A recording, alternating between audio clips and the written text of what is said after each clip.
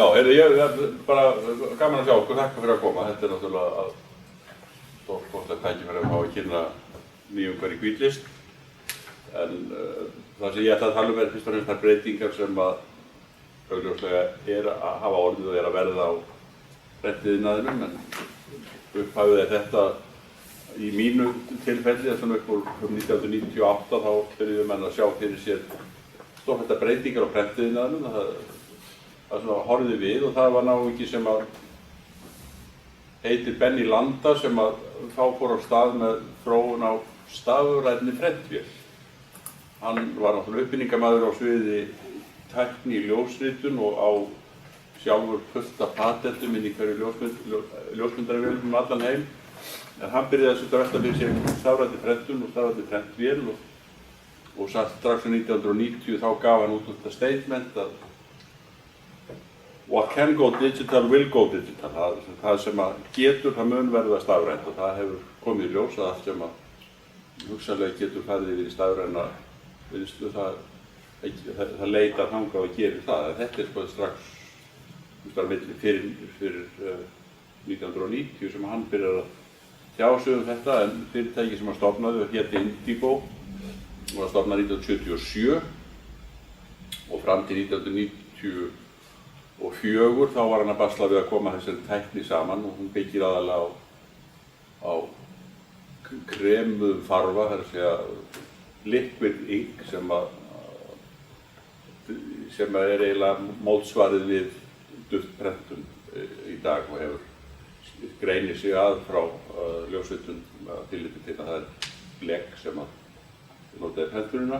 1994 kom fyrsta vélin, prototýpa á sýningu á IPEX í Birmingham og vakti mikla athygli, en menn náttúrulega sáu það að hún virkaði alls ekki, þannig að það var ekki sala, en svona byrjunin á hlutunum og í Japan núna þá skoðaði ég stóra prentsmiðju, matvæla flexible packaging verksmiðju sem að Mr. Seiko hann hafði keypt strax í print frá 1994 og þó hún virkaði ekki. Það gengi ekkert með hana, þá fékk hann tröllatrú á tækninni og hélt síðan áfram og hefur keypt nýjar kynslóðir eftir því sem að þær hafa komið og er núna keyrir á tveim vélum, 20.000 vélum sem ég sýni ykkur á eftir og er með risastóra prentstarfsemi í Japan. Bara svona í forbifartin, að við erum ekki svo tæknilegir í þessu núna, þá skoðaðu þá prentsmiðju og það er mjög skrítið. Maður er náttúrulega klæddur í helgalla og síðan er maður settur inn í vakúmherbergi og sogað af manni hár og ryk og allt sem kann að verða liggja laust utan á manni. Og síðan fer maður út úr vakúmherberginu inn í prentsalina og þeir eru lagðir úr rústfríum stálplötum í gólf. Öll gólfin eru rústfríu stáli sem að kemur ekki nála á milli platnanna. Þetta er gert til þess að, þetta er ákveðin krafa sem að kemur frá yfirvöldum og auðvitað frá viðskiptavinum prentsmiðjunnar, því að þeir vilja koma inn og sjá að það sé rykfrítt og að rykbrauðstofnum. Þeir eru allir í flexible packaging fyrir matvæli. Það skipti það að 1998 þá sem kom fyrsta í prentvélina sem að notað var á sýningun á IPEX og saga var þannig að ég var sniðgekk nú þann bás, það var svo mikla eldklæðingar og flugeldasýningar í kringu þetta, maður forðaði sér frá því, en á leiðinu út af sýningun á síðasta degi þá hringdi síminn og það var Kristján Ingi frændi minn leturprent sem hafði lesið sér eitthvað til þetta og baði mig að snúa við og fara inn og vita hvort að ég get ekki fengið upplýsingar tæki. Sem ég gerði og þá var bara verið að taka niður og loka, en í stuttu máli þá var fyrsta vélin komin upp og gangsett í janúar 1999, bara 1,5 mánuði eftir að þessari sýningu lauk. Og það var fyrsta vélin af nokkrum sem hafa síðan komið hingað og við erum áframhaldandi að flytja inn slíkar vélar. Ástæðan fyrir ég hef sérstaklega á þessu er sú þróun sem hefur orðið í heimum allan heim, samkvæmt opinberum tölum eða samanteknum tölum af viðurkenndum statistikkurum í Bandaríkjunum, þá hefur orðið 60% samdráttur í almennri prentun á örfáum misserum í heiminum. Þetta á sama tíma hefur orðið 16% aukning í stafrænni prentun, sem samt aðeins bara brot af þeirri prentun sem tilfellur í heiminum, og þá náttúrulega talið margt innifalið web og allt mögulegt. En stafræn prentun bara 23% af heildarprentun í heiminum. En til marks hvað prentheimurinn að breytast, er það að framleiðendur hefðbundinna véla, stórskotaliðið, hefur skilað eftirfarandi tölum: Heidelberg -83%, Komori -65%, KBA -72% í revenues á einu rekstrarári. Og við getum ímyndað okkur hvernig færi fyrir íslenskum fyrirtækjum sem töpuðu 83% af veltunum sínum í ára. Það er svakalegt. Þetta þýðir að það er eitthvað stórbrotið að gerast í prentheimum, og þetta snertir okkur alls. En þessi 16% vöxtur í stafrænu, hann er vöxtur, og það vilja menn vera sem eitthvað að gerast, og við gerum eitthvað með þessu. Þetta bara skjávarp. Já, og getið knúsaði þetta áfram. Ok. Já, en ég ætla að segja ykkur þessi hvítlistafni, þið ekki þess að sögu. Stofnundur 86, 1990 kemur við Jón Brynjólfsson H. sem að innifólaði ýmissa hluti leður og einu skúffum alls konar tækjum og tólum fyrir prentiðinaðina, því að þá var þetta þjónustufyrirtæki fyrir frjálsa framtak, frjálsa fjölmiðlun, þú veit ekki það? Frjálsa fjölmiðlun, og þar kipptust við ýmsum hlutum sem að síðan hafa orðið misjafnlega stórir, prentvélar, plötur, eitt og annað sem hefur komið inn og farfi, en allavega byrjaði þetta 1990. Síðan gerist það 2000 að Jón Ólafsson keypti sig inn í Hvítlist og Gunnar og prentdeildin úr Jókó flutti til okkar og sameinaðist Hvítlist, þar sem við keyptum prentdeild Jóns Ólafssonar inn í Hvítlist. Það var 2000 og 2002 þá keyptum við prentdeild heimilistækis, en þá var það Aqua-umboðið. Það var gert þess að sameina Aqua á einni hendi á Íslandi, sem það hefði ekki verið, það hefði verið á tveimur höndum. Nú, 2005 keyptum við með Borgarfell, sem þá hefði sett í bókmælsefni og slíku fyrir prentiðinaðinn, passaði ágætlega, var líka með smádót sem passaði í smárudeildina hjá okkur. Og svo 2006 þá keyptum við Björn Kristjánsson H. sem var heildverstur með smáhluti til sauma og passaði inn í leðurdeildina, handverksdeildina hjá okkur. Síðan höfum við bara ekki gert neitt.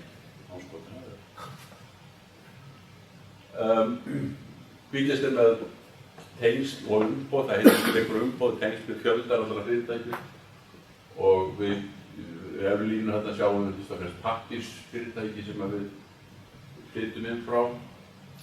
Sappi er langsamlega snæst, það er svona bread and butter, lífurbrauðsfyrirtækið okkar, og við erum með 1000 tonn frá Sappi, annað er miklu minna og sumt er alveg að deyja út, en annað kemur inn í staðinn, eins og gengur við farið yfir þetta. En tæki og rekstrarvara er sömuleiðis nokkuð fjölbreytt. Það er fyrst til að taka að það eru fyrirtæki sem eru samstarfsaðilar Indigo og tengjast Indigo rekstrinu, það er að segja Horizon, Multigraph og fleiri sem reyna saman við framleiðslu ferlið út úr Indigo-vélunum, og við höfum náð samstarfi við það, þannig að við höfum hugsað þetta þannig að við lokum hringnum í kringum Indigo, þó svo að við auðvitað seljum tæki til annara heldur en Indigo-notenda, það er ekki þannig að. Indigo er auðvitað aðalatriðið í okkar tækja sölurekstri núna, og frá 2007 hefur lítið gerst. Þetta hefur töluvert gengið á í þessu samfélagi, en undanfarið hefur við bundið fyrir auknum áhuga og menn hafa verið að kaupa þessi tæki. En þetta saga þessara tækja á Íslandi að 1998 sem er leturprentið fyrstu vélina sem hét ePrint Pro og forprent keyptist líka. Ég get alveg viðurkennt það að forprentsvélin hún stóð aldrei undir væntingum. Hún náði aldrei flugi og gekk aldrei vel. Svo að það er svona eina neikvæða við þessa vél að það er reynsta forprentsa vélin. En fátt það að segja. 2001 þá kemur Hewlett Packard inn og kaupir Indigo, það kaupir tæknina sem felst í þessu paste liquid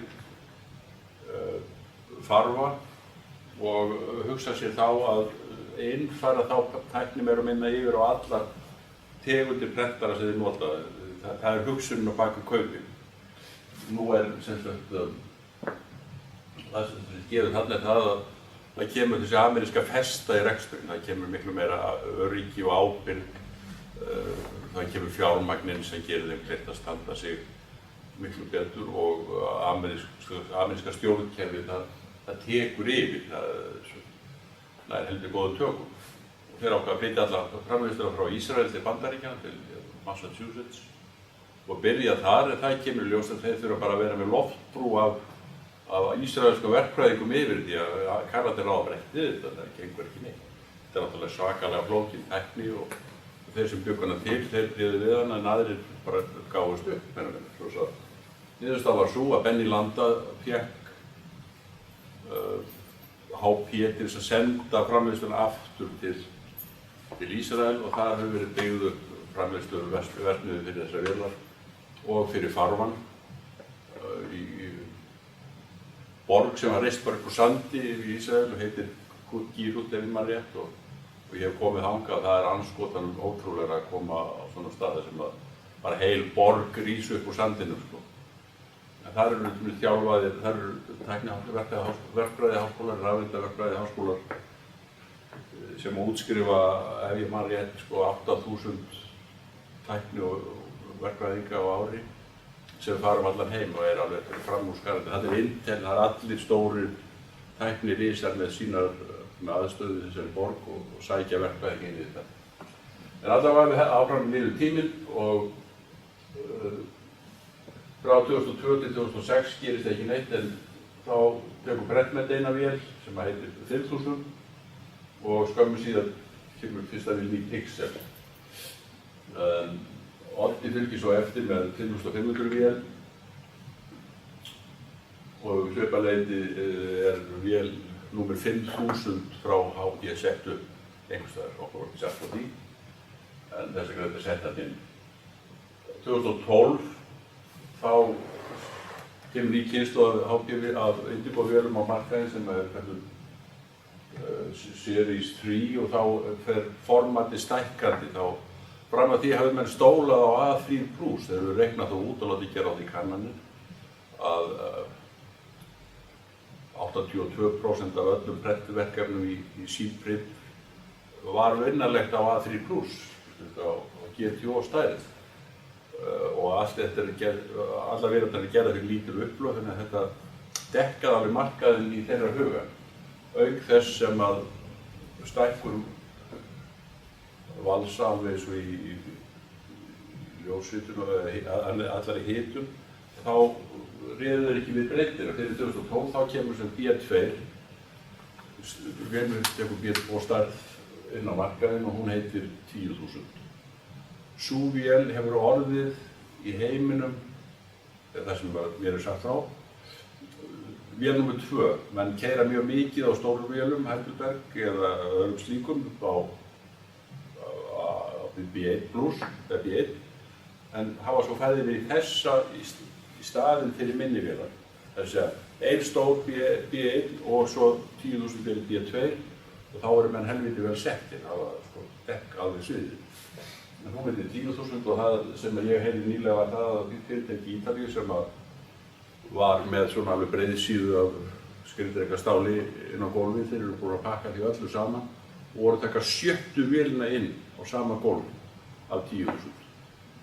Svo þetta svona dæmi það sem þá þróun sem virðist vera rosalega sterk á mörkuðum í dag, minni upplög, bla bla bla bla, og vélar sem vinna vel undir þeirri pressu. Í þeirra þá seldum við fyrstu svo kallar industrial vélina sem industrial vélar eru þær vélar sem pretta fyrir sérstaklega fyrir iðna, þetta límmiðavélar og pakkunarvélar. Þessar vélar fylla þann hluta markaðarins sem allir vilja vera í. Það er löngu rannsaka og kom fram í svona hópefli sem við stóð fyrir 11 ára, hvað er það síðan? Sviðsmyndavinna. Sviðsmyndavinna. Þetta er sá hluti prentgeira sem er í góðum vexti og vex mjög hraustlega og auðvitað draumsýn flestara sem hafa fást við prentun og komist inn í það. Þessi vél heitir 6600 og prentar sem þetta af vef eða rúllu og límiða. Hún getur líka prenta flexible packaging en þessi vél sérstaklega sett upp fyrir límiða. Á síðasta ári fóru 184 svona vélar út úr verksmiðjunni í Qudgiryat og út á markaðinn seldar. 184 stík. Þetta þýðir að allir sem í límmiðaprentum, hversu stóru sem þeir eru, þeir taka svona vélar með. Þeir keyra stóru upplögin á analógvélum og taka svo þess. Í Japan kynntist ég kollega minn frá Lítáen og hann hefur selt einu svona vél, manni sem við gætna að fá aðra og því að hann hefur svo mikið að gera. Hann prentar milli 70 og 100 verkefni fyrir með einasta degi á svona vél. 70 til 100 verkefni. Nú vil það fá aðra vél, en þeir segja að ekki gera það. Það bara, okkur setur ekki bara aðra vakt á, skilur, okkur lengir ekki viðslutíma. Já, við viljum ekki vinna svona lengi, við viljum bara vinna daginn og aðra vél. En þetta er staðreyndin, sko, 70 til 100 verkefni fara út úr vélinni, þannig að það er ekki prent-hraðin eða vandamálið, það er ekki vandamálið. Heldur eftirvinnsla, það er að segja störsun, röddun, laminering og svo framvegis sem er frekar sko þröskuldurinn í framleiðslunni heldur en prentmagni. Og svo núna bara fyrir ekki löngu síðan þá seldum við vél nr. 2 í Pixel og okkur finnst það sem ekki svona vote of confidence þegar menn taka vél nr. 2 af þessu verðflokki. Þetta er ekki smápeningar, þetta er sko verulega miklar fjárfestingar, en þeir sem sagt sýndu okkur það og þessum vélum það traust að taka vél nr. 2. Sú vél er tæknilega uppfærð. Við sjáum hér síðsjólúsus, það er efri línan.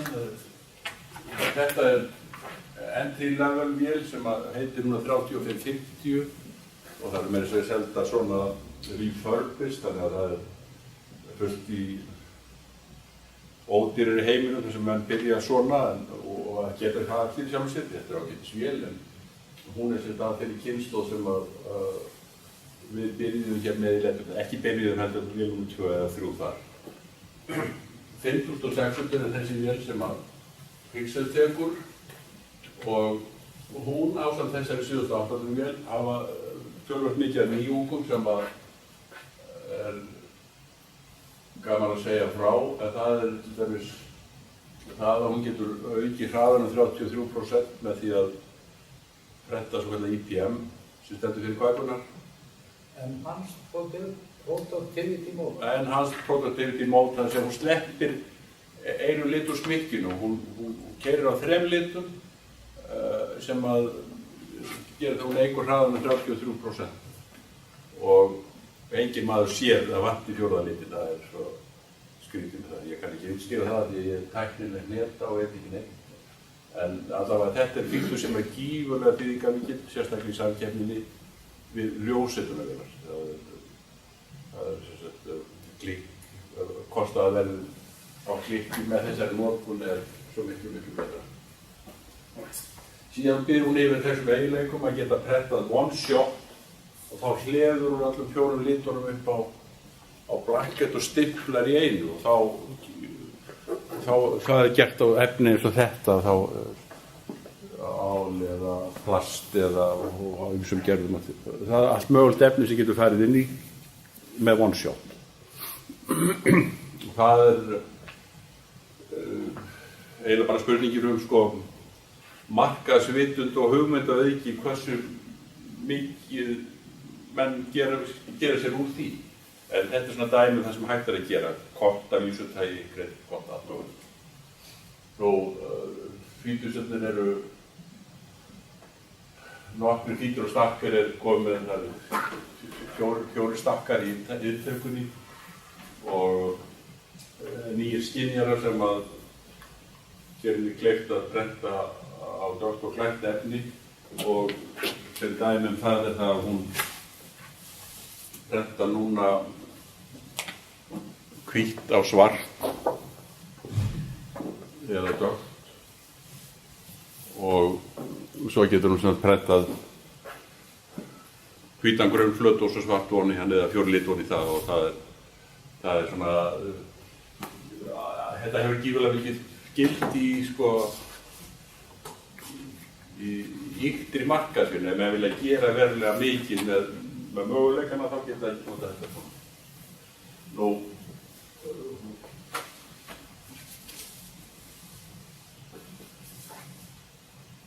fleira, það sem að hefur gerst er það að þessar vélar það er kalla á breytt efni, menn sem áður framleiddu bara pappír þegar sjá það að það þýðir ekki, þú lifir ekki á pappír framleiðslu lengur, því að hann dregst svo mikið saman, þannig að menn eru hægt að búa til alls kyns efni sem að gera þessar markaðsvinnu mögulega. Þeir búa til plastpappír, þeir búa til klingon pappír, þú þetta á glæru og þú getur bara skellt á vegg, límt á vegg.